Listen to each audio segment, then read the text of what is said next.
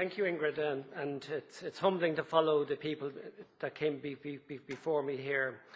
Just on a correction, I'm no longer the principal of the College of Business and Law.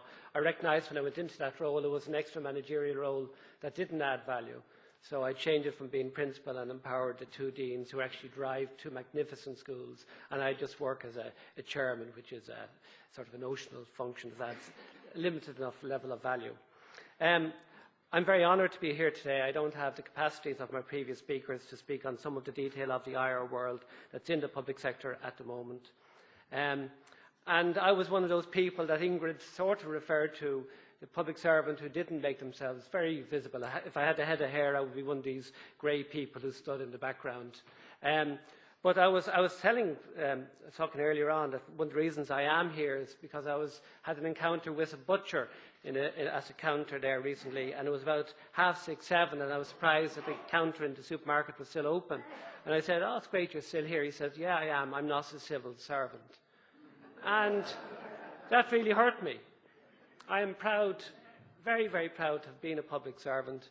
I'm very proud to continue to work with the public service across a wide variety of spheres. I'm on the Qualifications Authority, I chair it. I'm involved in the merger of HETAC and FETAC and all of those into an entity. I've been on the Road Safety Authority and seen the magnificent work that a team of people did there. So I'm passionately for the public service.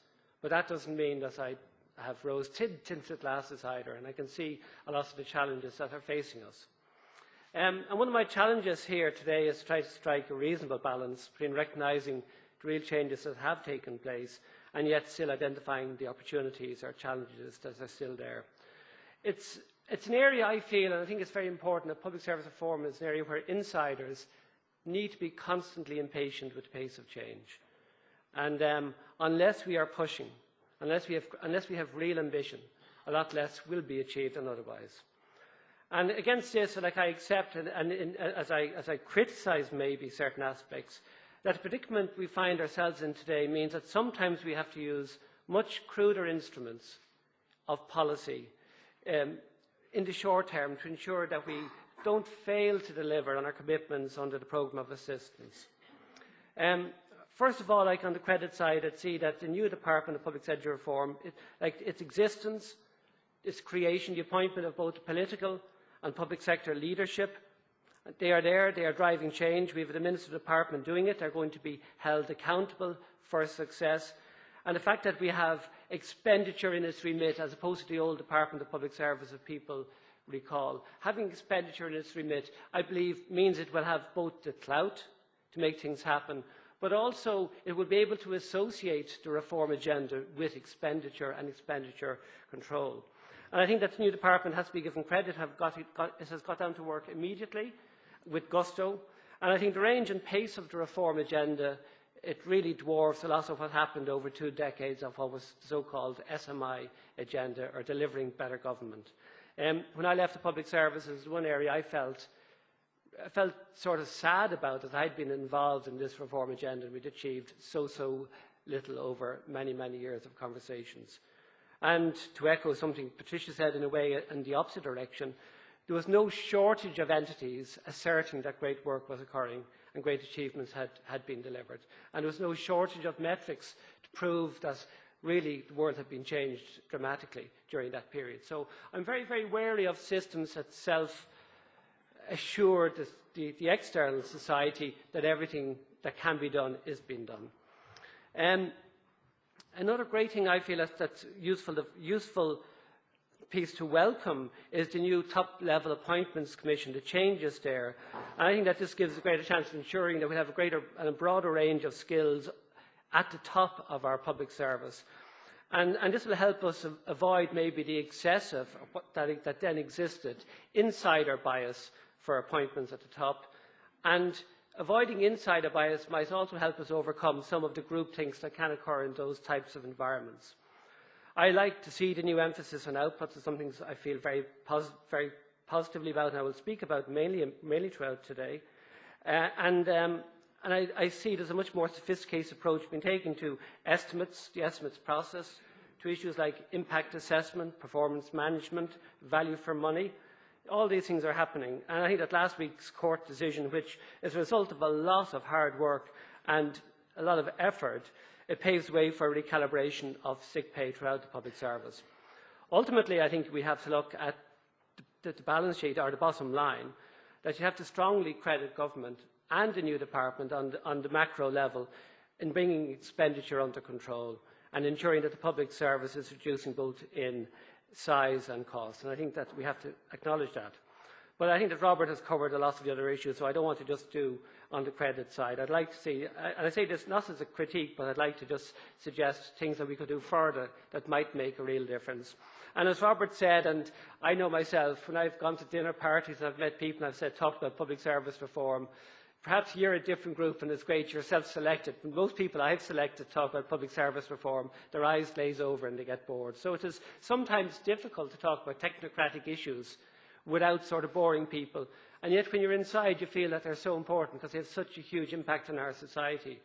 Nearly 1 in 6 people who work in the public services accounts for an enormous element of Ireland. And failures in it, just say like regulatory failures, the opportunity cost of doing the thing correctly can be enormous as well for our society.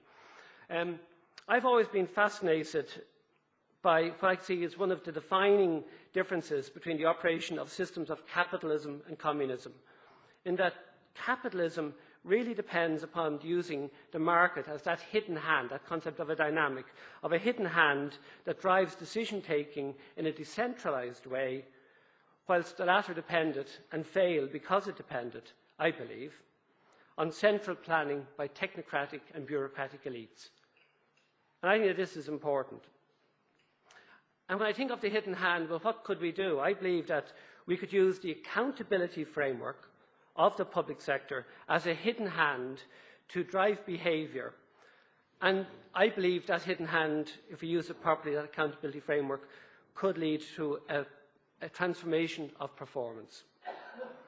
I think if we can properly empower our public servants, if we can agree rigorous and stretching targets for them, and if we hold them fairly but also publicly to account, I think then we may ensure that their energies, their knowledge and their skill sets, they'll be focused on delivery within some reasonable budgetary allocation. Doing this requires 3 overarching things, it seems to me at least. It needs a formalised set of results or output service targets, and they can also include outcomes and impacts. We need a transparent and effective accountability process, and we need to empower those charged with delivery. Looking at the outputs, I can see the current arrangements. I've read through the estimates process, like I'm one of these nerds. I didn't read all of Mahon, but I read all of the estimates. I don't remember every last number. But building on the estimates process should be, what we should have is really is that the estimates process should flip a little bit more, and it should be an allocation proposal that contains real detail about the expenditure, but also about the targeted and what they call smart results that should be presented to the Oireachtas for approval. Now, I know we do some of this, but it's moving the Oireachtas and the appropriation more to an appropriation for than appropriation of. We go out to spend, we don't go out to buy. So it's trying to switch it more towards what we're trying to achieve. Initial aspects, as I said, are underway, but I would suggest that we need greater ambition and detail in the chosen targets being proposed. And it's also essential that the outputs should be presented along with the original target and greater clarity on what has been achieved or otherwise. In this, the first full year of the output presentation, for those departments that did it last year, their outputs are presented against the forthcoming target, not against what the historical target was. So the 9/11 targets are not shown up against the 9/11 outputs, or the 2011 outputs. They're shown up against the 2012 future target. So you cannot align success with the target. You align future target with last year's outcome. And I think that this is a difficulty. I think, and doing this will put greater pressure on departments to provide clarity to the ministers and wider options on what outputs can be delivered with any fiscal allocation that they might get, or the envelope. And ultimately, I believe that this information should be public, so that society is aware what decisions are being taken and what choices are being made on their behalf on the use of resources. And of course it has to be up to the Minister to decide on the outputs. I think that is absolutely at the heart of democracy, and I have great respect for the ministers I've worked with throughout my career. But I think that the accounting officer should also have to sign off and commit to delivering on those outputs. And I think that unless they sign off for the outputs, they will not be able to be held accountable. And whilst this sounds technocratic and maybe a little bit obvious, it's not trivial, because it starts going and interfering with the relationship between the senior public servant and the minister. And our system generally has been to show those as a unity and a unity of purpose, and not allow the external eyes in on what's happening. So I think that there could be a significant dynamic impact by forcing the specificity of the decision-making process out into the public. But we are doing a lot, as I said, on the outputs at the moment. But I'd say developing on these reforms of the estimates process, and this is at the heart of what I want to say today, we need to provide a full-circle accountability loop, including, most importantly, the CNAG's office in auditing the output statements and in supporting the evaluation by the relevant Oireachtas committee of each department's and office's annual report. I think it's really important. Like we've all said that, and it's important that we audit the estimates, the expenditure. That's done all the time. It's been done since whatever, 1800s. But why shouldn't we audit the outputs? Why shouldn't we audit the delivery? I mean, surely we're not spending money to spend money. We're spending scarce resources to deliver. And why not audit the delivery, which is more important? Traditionally, the CNAG was a custodial role and was designed to protect spending. And I still feel oversight of delivery is critical. The current public accountability loop for heads of departments, that's where I came from once upon a time, is very much centred on the annual report of the CNAG, an examination and their examination, the examination of the department heads by the Public Accounts Committee, by the PAC. What I would like is that each department and office will be charged with producing an annual report comprehending both inputs and outputs, as we know them. Inputs, as we know them, are expenditure, and outputs and impact indicators. And this will develop on what's already happening to a certain extent. But critically, this report will be audited by the CNAG and would provide a basis for the holding of the leadership team to account. So we move from the current system to something new. To do this, the CNAG would have to move away, and I think this is a really pernicious issue, would move away from providing a single comprehensive report, which they do at the moment, which is a 2-volume report. It's produced 9 years after the end of the accounting year. 9 months, sorry, after the end of the accounting year. I know, 9 months, 9 years nearly seems elastic after a certain stage, because a long time passed. And as you know, that the second volume provides a catalogue of problems that the audit has uncovered during the year, so-called notes to people's accounts. And this provides the media with a very focused and targeted knocking copy on the failings of the public sector. It's what I was involved in a review of the CNAG's office in 2008, and we termed it then the red meat report.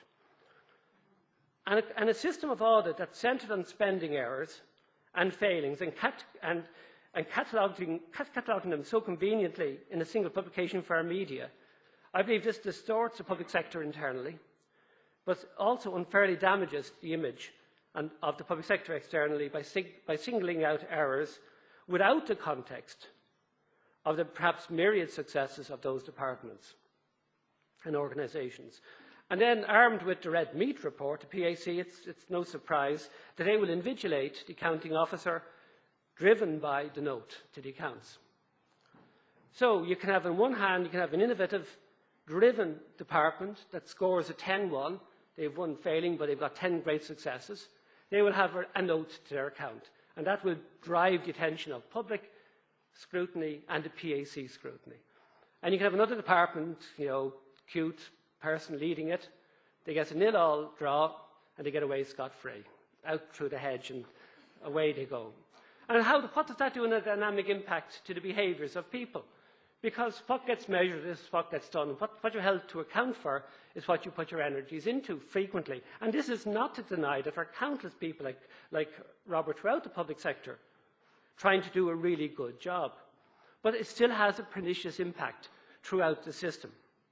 The CNAG's remit also is centred on spending, and the CNAG cannot address the effectiveness of policy, nor can the accounting officer when being examined by the PAC. I believe that reviewing the effectiveness of policy, the relationship between outputs and outcomes, is not trivial. It's a complicated area. And it sometimes, and it most certainly can trespass the line between the public servant and the minister. And that's why it was designed originally, trying to protect that unity of purpose between the minister and the department. But I would suggest that we all must be concerned with the effectiveness of policy, and that we must move towards these outputs and impact indicators.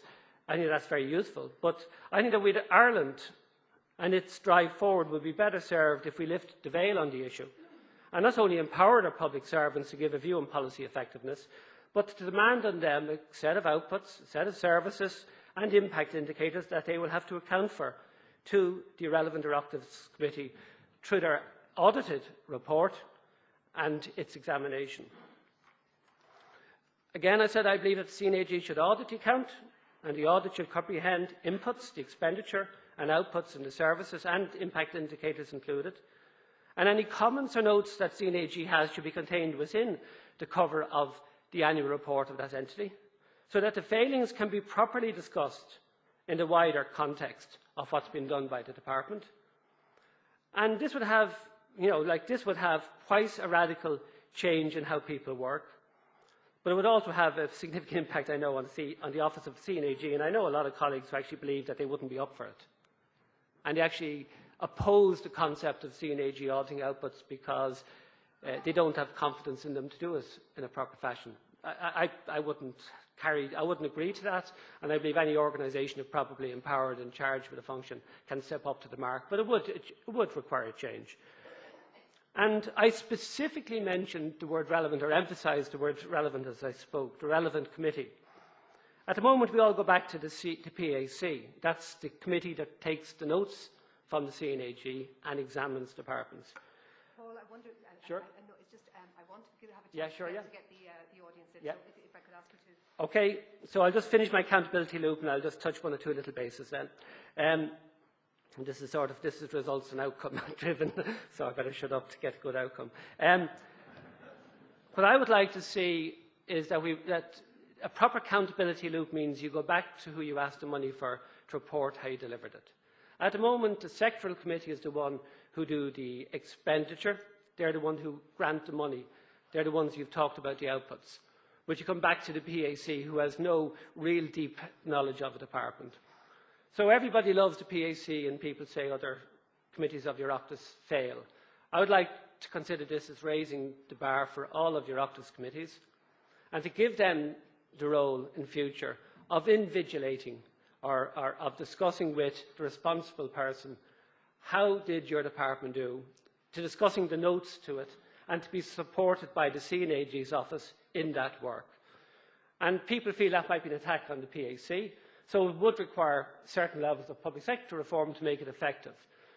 But the sectoral department are the ones who know the department. They're the ones who currently work on the strategy and the legislation. And they're the ones who can best understand what's breaking down in the department and where the failings might be in output as well as expenditure. So I believe that we would transform it by doing that.